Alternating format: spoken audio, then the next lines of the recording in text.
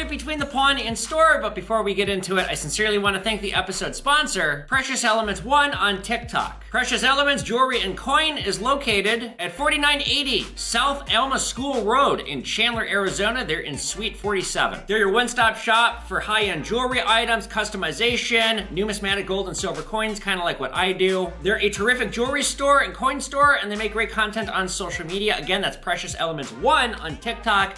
Give them a follow, message them, let them know if you're interested in purchasing some jewelry items, some numismatic coins, or stop into their shop if you're in the Chandler area and say hello. And with that, you guys, let's get into the episode. All right, let's take a look. Okay. Okay, this is pewter. Yep. This is silver, I can tell right away. Okay, so white gold looks like, or platinum? I'm not sure. I'm not sure. I don't actually know the story behind that ring, but I think we have all the heirloom stuff, so, but it's tiny, so I don't know. All right, let's just go ahead and scratch. No, it's pretty malleable. Maybe white gold. That got eaten away. Well, it's not gold. We'll come back to that. This is 14 karat. That also got eaten away. Yeah, there's copper beneath this. This one's a costume. So. In the felt bag are some loose pearls. I don't know if there's anything you do with them. I'll take a look at them. Okay. Yeah, pearls, they're kind of a dead market. Are they? Huh, that's interesting. Yeah, they're you know, they were big in like the 80s and they've kind of gone out of style. Yeah, they were just such briefly popular again when Kamala got sworn in because she wore pearls. Well, and all the kids, all the youths are wearing the pearl chokers right now, but they're faux. Okay, 13 grams of silver. Unfortunately, there's not very much expensive stuff here. By very much, I mean very little. Okay, so these watches are costume. These are silver. Okay, what about, so are the stones, are any of those semi-precious? Not really. Opal, as pretty as it is, I don't even know if this is a real opal. I think it is. I do have a jewelry expert who's here tomorrow, and she can tell you all about stones if there's much to pay. I don't pay extra on stones. Okay, I'm gonna hold on to the stones then. Potentially, then just come back tomorrow. Because what I see here, I could offer you like $50. Like, that's it. So is silver not selling for much right now? Silver is $24 an ounce. Okay. So, and you have 13 grams. 13. Okay, just do the silver. Okay. And I will hang on to anything with the stone. So 13, and then the watch is called $20. Okay. She had like all costume stuff, and I could kind of tell that, you know, she said estate jewelry, and when somebody comes in with a fancy term like estate jewelry and it turns out they don't have good shit, that means they thought they were going to get a lot of money, and whatever I offer them, they're not going to get what they think they will. So this is from a collection I have. I'll show you guys the rest of them. This is one of the most beautiful pennies I've ever seen. I don't think it's real. When I worked for the old man, just digging around a store, he had so many labyrinths of shit and drawers and shit upon shit he'd had forever. He had a box of pennies, about 100 of them, and they had, like, the box was covered in dust. They'd been sitting there probably in a drawer for about 30 or 40 years. And so I found them, and I said, can I have these? He said, or can I buy these? He said, you know, just give me $5 for the box. So he said the toning is probably not real, and just to put him to the test, I sent one in for grading just to see what it was, because if a penny is real and it's got toning this insanely exotic, it can be a $5,000 coin. Like, the toning can really drive it up that much when it's this exotic. So I sent one of these in, and it came back with questionable color. It didn't get a score. So somebody artificially toned this to look like this, but boy, they did a good job. And let me show you guys the rest of the ones. I'm not gonna sell any more. I sold one just to see what I could get. I got $10 on this one. Already got my money out. I own the rest for free, but let me show you some of the other ones. Oh, just kidding. I guess I moved him off-site. I gotta think where off-site I moved him, because I have multiple places I keep things off-site, and well, I'll show them to you one day. But take it from me, exotic toning can really drive up the price if it's real. If it's too good to be true, assume it's not. I looked at this when I first got it, and I thought, like, it took my breath away, and like, I have other examples that are way more dramatic, but it took my breath away so much so, I was like, that might be bullshit. PC just thought it was. I sold my most expensive mystery box I've ever sold, at least on Whatnot. Most expensive mystery box I've ever sold was $5,000. It was mostly gold bullion. But this one, I was selling North Korean coins because I bought a whole bunch of them. And like, I know I keep saying it, but like, holy shit, come to the Whatnot auctions. If you want to get North Korean coins, the only place I'm selling them now because the bidding's crazy. I make way more money there than elsewhere. So I sold one, it was a missile coin, and I had two of the same coin, and I picked up the other one. I said, look, if this goes for over 300, I'll put a North Korea coin in it. I didn't say which one, and then it just went crazy, and it went for 5 something. So this is what a $500 some box. Now after Whatnot's fees, I'm netting $460.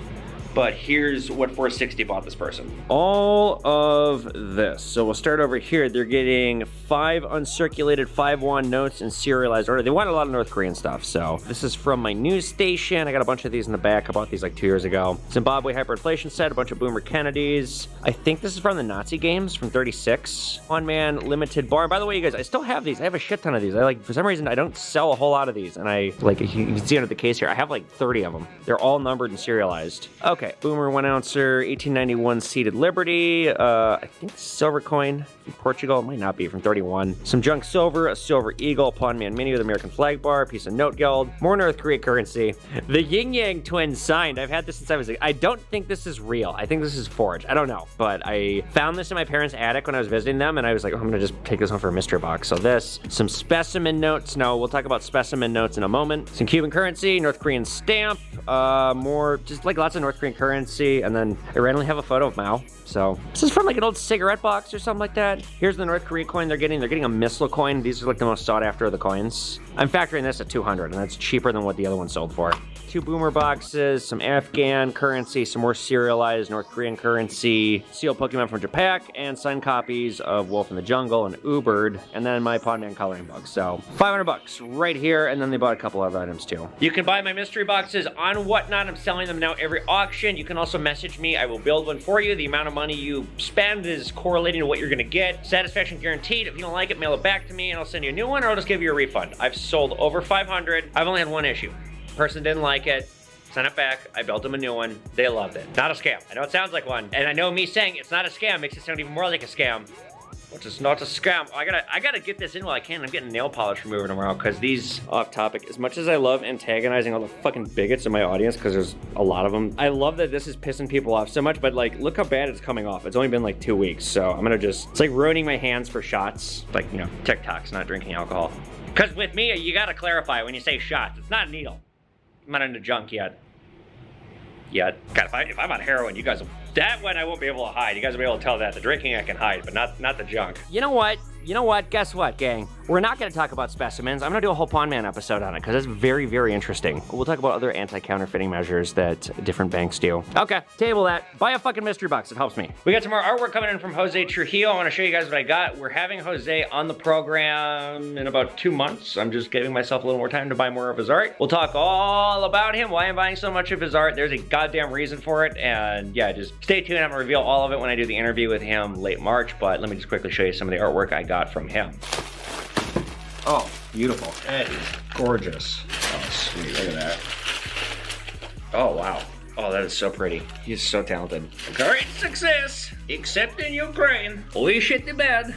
Oh, these are all for my store. This is what happens when somebody walks out the door and I don't close a deal with them. All right, let's get these hung up. So now we have one. It's a little bit close, but I made a giant hole in the wall and I fucked up, and I'm gonna just leave it because it's covering up the hole. So you got the crazy killer clown and then the spelled ice cream. Perfect. This is good. I was in here on Saturday making a bunch of TikToks and like thinking of ideas, and top 5 was a good idea. So I did top 5 things that annoy me. And one of the top 5 things that annoys me is expensive shit that doesn't sell right away, it just sucks up money. So I'm explaining it, and then I stop and I'm like looking around like, okay, where's an example? And of course I look right at this thing. I'm like, oh God, I still have this thing. I had it for like 2 months. I paid $225 and I wanted $350 on it. And I got $350 with the video. The video actually got a lot of hits. So this is moving out. I'm honestly kind of glad to get it out of my shop, because it's just, you know, probably not something I want to be displaying.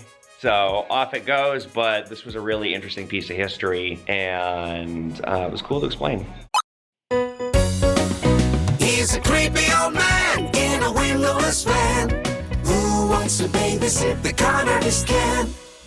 Oh, this is bizarre. The con artist has a helper today. Weird. Like, God, he's scamming the state for help. Literally got like a helper from the state. All right, welcome. How you doing? Kim. Hi, Kevin. How are you? Evan. Yeah, we got some jewelry today. All right. Evan. Yeah. Look in there. Those round, big things. Those are really rare. Those Well, I are. don't know if rare is quite the right word. Can you sell it? I could sell anything. You I know know that? you can. It's not good. This guy's very smart. He read books. Are you the chauffeur? She's a nurse that helps me. Oh, okay, that's nice. Okay, let's see what else we got here. Yeah. These are black onyx. You got anything else today, or just this stuff? This I got more jewelry at home. I'm gonna bring to you tomorrow or the next day. These are synthetic. I'd be a buyer of all this stuff at $35. Would you give me 40? Yeah, give me 40. You won last time. You win last time. Yeah, but I gotta establish a precedent and not just give you more money when you want and push back. No, I'm gonna hold at 35. That's fine. Okay, 30. There's 35. I'll see you tomorrow or Wednesday. I'll see you on Wednesday. Yeah, call me Wednesday. Bye. Thank you. Thanks. He doesn't need a nurse. Huh. Okay, that was a little weird. I don't know. I thought maybe the jig was up there and that was like something like, he actually does have a family member and she figured out and putting him on the internet and making a whole shtick about him. But as far as this stuff goes, I actually overpaid him. Because now that I'm looking closer, this piece is broken, this piece is broken. She can probably fix it, I hope. But 35 in, best case scenario, I'll probably get 60 out. But this is all costume shit that I bought from him. Like these $10 right here for these earrings, what the fuck these are. This is $10. I get this repaired. This is $10. This is 10. This little piece here. Everything in here is probably another 30. So like I said, I'll probably double my money, but paying somebody to do it, I don't know how profitable it's going to be. I'm going to sell these in my whatnot auction tonight. They're clad, but they're the reverse of a Kennedy. They're like watch fobs or watch bracelets or I don't know. It's a bunch of crap. What's going on, you guys? We're Between the Pawn. I'm Evan, and this is my gold and silver business. Once again, before I start talking, I want to thank my sponsor, Precious Elements 1 / Precious Elements on social media. You guys, please go give them a follow. But with that, how has the week been? Fine. Like, actually been... I am so, and I say it every time, I'm so goddamn busy, but I just get busier and busier and busier. One of the people I work with here in town is probably, I bet nobody in this entire country has done more deals than this guy. This guy is the guy in terms of what I do, but he's shall we say, he's a ghost. He knows the original Pawn Stars guys because he goes all over the country. He said to me last week, he was in here and he said, you know, you're actually the only person I know who works harder than me. And that's really saying something because this guy's a workaholic. So just, there's not enough hours in a day. And I will say, and my employee said this to me too, and like it felt good to hear that. He said, I've never had a day where I think, fuck, I don't want to go to work. And like, that was my entire adult work life until getting into this business was you wake up every day and the first words out of your mouth are fuck. So that's a nice change, but just, goddamn, I'm going on vacation this weekend briefly. I'm just quickly going to Atlanta to see a friend. I haven't seen him in a couple years. Couple of announcements before we get into the questions, and I don't have too many. The business is doing really well. Whatnot, you guys, is now 40% of my business. So join me on Whatnot, especially if you want to get North Korean stuff. And again, you guys, you don't know what you're missing. Second thing, sponsorship, you guys. I could use all the help I could get. I lost some Patreons. I haven't gained any more. Like if you like what I do here, and I get so many people telling me about how much my videos mean to them, how much I'm teaching them, how they watch every day, surely you can afford $1 a month to help me. Anything you guys can give me on Patreon, you get early access, you get Patreon exclusive posts. You can also sponsor me too. Sponsor a Whatnot auction. I'm now selling those at $50 each. So, you know, I go for 3 hours. Sometimes 2,000, 3,000 people come through my auctions. I'll wear your shirt, I'll shout out your message, I'll promote a charity. I don't care if you're another Whatnot seller. $50 to sponsor an auction. Again, Between the Pawn here is $149. Pawn Man is $249. Pawn chats are gonna be $75. We'll talk about that in a sec. Please, you guys, if you want to sponsor me, become a Patreon. Help me out. Third thing to talk about, we are launching, and you guys might have seen the first episode, Pawn Chats. I have a whole bunch of social media influencers, other people in this industry, and just other interesting people lined up to talk to me. I mean, it's mostly gonna be people relating to what I do, but it's gonna be a lot of social media influencers too, who they do something that I like, and I think there's something to be taught to the masses in a conversation with them. Like with Kevin Earl, I had Kevin on mainly because I think he's a great resource. If you're looking at getting into social media, watch his videos. He branded himself so well. It stood out to me as a great teaching point. So it's gonna be a lot of that. Just to tease a few names, I'm actually meeting up with Greg Hinthorn when I'm going to Atlanta this weekend. I'm not gonna do a whole lot of in-person interviews, but he lives in Atlanta, so I'm gonna go see him on Sunday and film an interview with him. And then we're gonna go have some drinks. But so we got Greg Goss is gonna be coming on, Reed Moon from Reed's Rare Books. We have a lot of influencers lined up, so please come on back for Pawn Chats. And again, I am selling the sponsorship for Pawn Chats, so let me know. Last thing I wanna talk about, Lady Liberty's bullion products. Unfortunately, Lady Liberty is a very, very, very busy man. He has a full-time job running a successful tattoo parlor, and he cannot keep up with my demand. So I know how much demand there has been for the products of his that I'm selling. The 3D printed guns are going really well. I have a lot of people asking about Pawn Man vs. Con Man Series 3. We completely sold out of Series 1 and 2. I'm not signing any more of them. That was only a thing with Series 1 and 2. Just know that he actually had to scale back his production with me because he's just so busy trying to run his business and trying to sell for himself. We do have a new product launching very soon in the next couple weeks. He just got the mold for it. It is a true crime related series we're going to be doing. It's going to be a whole series of different figures from true crime. I'm not going to say what exactly it is yet. I can't wait to unveil it. It's going to be very controversial. It is definitely going to piss a lot of people off, and I'm very excited. The number of items that we're making with each product is going to correlate to the crime that happened, but that's all I'm going to say. And with that, you guys, let's get into the questions. Now, unfortunately, I didn't have too many questions this week because I keep forgetting to ask for questions. So I'm asking right now, you guys, put your questions in the comment section. I'll say it again at the end, but I need questions for this Between the Pawn. Question 1, coming in from Josh K3366. Josh writes, question for Between the Pawn. Are you ever gonna do a buy trip again or go to a coin show? Buy trip, probably not. And the reason being, I simply don't have time.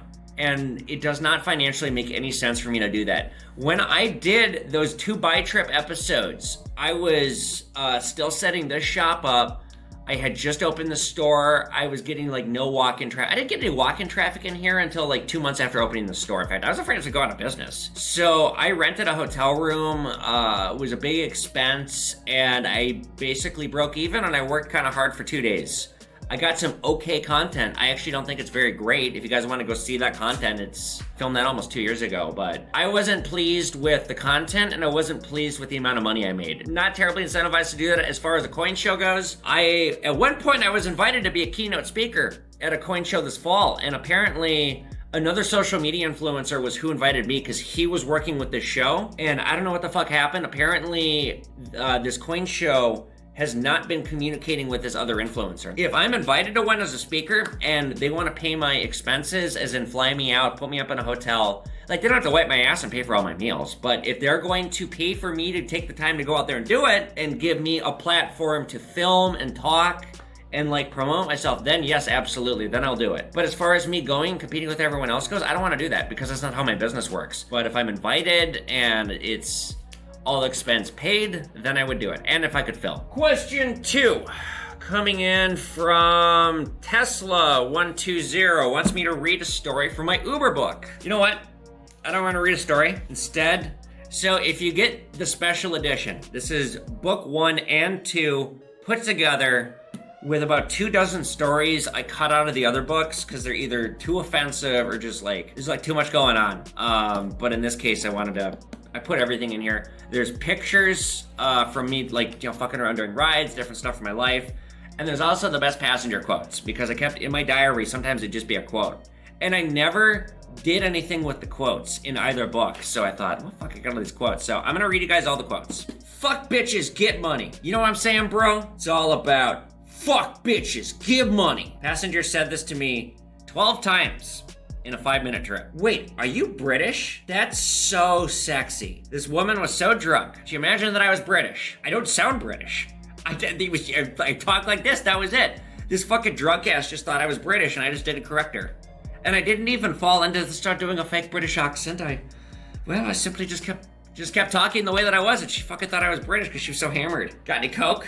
I'm just kidding. But really, seriously, can I score some off you? Because, you know, cab drivers in Mexico will get anything. you know that? This guy really wanted me to score him drugs, and I was like, fuck do you think I... This was years ago. This was before I could. When adults ask kids what they want to do with their lives, because they themselves are short on ideas. Okay, maybe I won't read all these. I'm gonna read like a couple more. We're adults. We only keep friends who fit in with our schedules. I'd lose in a fight, unless I pulled hair and bit off tits. Then I'd win. They were playing with the dog and I had a heart attack. Good riddance. I fucking hated that dog. Some of these were just, it was shit I overheard. Nobody was talking to me. I just would hear something and be like, that's funny as shit. When I can't get myself to throw up, I lick the bowl of the toilet. I buy this brand of toilet paper that has a puppy on the package just for the puppy. But now I have this weird connotation with shitting and puppies. This is simply just a good quote, and I'm pretty sure this guy said this totally accidentally without realizing how brilliant it was. Nobody in Greece wears watches. They don't have time for it. Last one. Holy fuck. I just had a duck sausage that was so good, I wanted to go back into the kitchen and blow the chef. Easily the most delicious thing that has been inside of my mouth in the past 6 months. So if you guys want to get either my Ubered books, the special edition, that wasn't all the quotes, that was maybe about a third of them. And if you want, you can message me on social media. I will sell you signed copies. Question 3, Philip Peters says, I don't know if you're comfortable with this question, but how did you get the scars in the back of your head? I noticed while watching on Whatnot. So, I don't know if anyone's noticed, this is great timing because I just got a haircut. I don't know how I got these scars. Not really. I almost died. I'll make a long story short. When I was in college, it was July 2009. I was 20, and there was a party in a janky suburb called Coon Rapids. And I was warned to not go to this party. So I went to this party. It was some guys in my fraternity. It was some guy's house, and it was his older sister was having a party because his parents were in Thailand. You know the party they crash where he drinks the bleach in Superbad and it's like the older people that are doing hard drugs and are sketchy and great. It was like that. Truce, man. And I was basically like perspective of the high school kids, even though I was in college. Cause like there was some hard shit going on at this party. So I got so drunk at this party and I was very high on Adderall, cause this is when I was addicted to it and taking like a fucking ton of Adderall and mixing it with alcohol. And long story short, some guy at the party who I was very friendly with, who had given me a bunch of booze, is out on the back porch, about to get his ass beat. There's like a bunch of people surrounding him and pushing him. And I see this and I think, what the fuck did he do? He's the nice guy. He gave me... So I step in the middle of what is about to be a fucking brawl, and I try to play Peacekeeper Goku. And as I'm talking and just like, whoa, everyone, boom, back of my head. And I stumble forward, and I thought somebody sucker punched me. And I'm like, what the fuck? And I look, and my hand is red, and my neck is all wet. And it's fucking, I'm like gushing blood. And I'm like, what? And I'm picking off like, there's like glass. As I'm thinking like somebody just fucking broke a bottle over my head. Bam, another one. And the last thing I remember is somebody comically winding up like this. And I woke up in the hospital about 4 hours later. I almost bled to death. I needed 13 staples in the back of my head. I got 2 fucking bottles broken over my head. By girls, not to be sexist, but like I'm fucking 6'2" and some tiny little girls did this. Never found out who, never got a name because nobody would fess up. I either had to file a police report and completely fuck my friend's parents over, or let the whole thing go, and I just had too much integrity to... Fuck, I guess I just learned a lesson about picking my battles, and that's the lesson, you guys, is pick your battles. Don't get involved in other shit if you don't have to. You guys, to be totally honest, I actually really like these scars. I think they're pretty cool. Because it's straight up like a Kenshin scar, like a cross-shaped scar, and it gives me character. All right, 4th question. Coming in from break a thermometer, pour it over these nipples, take a nice poo popsicle, legs over the head, put it in the ash, and let the thermometer mercury drip all up that hairy chest into Deco Monster gal. Oh! I don't know what the fuck that one was. Like I said, they're gonna get weirder and more elaborate and creepier and grosser, and you didn't ask, and well, I'm gonna just keep getting worse and worse. All right, Take a Monster Gal writes, what is your favorite thing to do outside of your job? I don't remember. I don't have a life outside of my job. I'm like kind of not kidding. What do? What's my favorite thing to do? Travel. Go see my friends in New York City, where I drink and do drugs. I love going to New York City. I got a couple of friends out there. In fact, some of them are indeed watching. Traveling to New York is one of my favorite things to do. I just love going out there, and I love seeing my friends, and I always have such a great time when I go out there. I go running a lot. I run year-round. I don't run. My cutoff is 10 degrees. Okay, and last question. This one came off of Instagram. Josh Colton. Josh writes, have you ever seen a colonial coin or a colonial note come into your shop? Yes, colonial coins. They're probably my favorite series of coins. The designs are very cool. I love the history. They are extremely rare. They can get very expensive. I purchased a few. The territory in New Jersey. I forget what they called it, but it was that territory. It was it had like a dragon on it or something. It was a really cool coin. I bought it from the old man. I paid, it was the first really good buy that I made on my own, or made like without him helping me. I paid the guy $40 and it was like a $500 coin. Colonial notes are actually not quite as expensive. I had some pretty recently. I've only seen them once in my career. Paid $100 for a set. It was framed, then I got $250 on it. If Benjamin Franklin signed it, because they would hand sign those notes, then it's expensive, but otherwise not so much. But I do see them. I wish I saw them more. They're very rare. You got to be wary of fakes, and it's a little harder to determine if they're real or not because the process of manufacturing colonial coins was not down to a science. A lot of time it was hand done, or it's just very crudely done.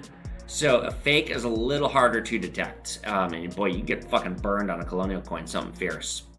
All right, you guys. Well, just like that, it is the end of the episode. Once again, I sincerely want to thank the episode sponsor, Precious Elements 1 on TikTok and elsewhere on social media. I included a link in the video description below. They are a storefront in Chandler, Arizona. Go visit their storefront at 4980 South Alma School Road, Suite 47. Again, they're in Chandler, Arizona. There is a link to their store and their social media in the video description below. With that, you guys, if you like this video, be sure to give it a thumbs up. Hit the notification button so you guys know when new episodes of Pawn Man and all the other great stuff on this channel are coming out. Ask me questions, you guys. I did not get nearly enough questions in the last video, and I need them for Between the Pawns, so put them in the question section below. Get my books on Amazon. Follow me on social media at Evan Kale, at Pawn Man. And if you like what I do here, please consider becoming a Pawn Man Patreon or sponsor. I need all the help I can get here. I'll see you guys for another great video. Later.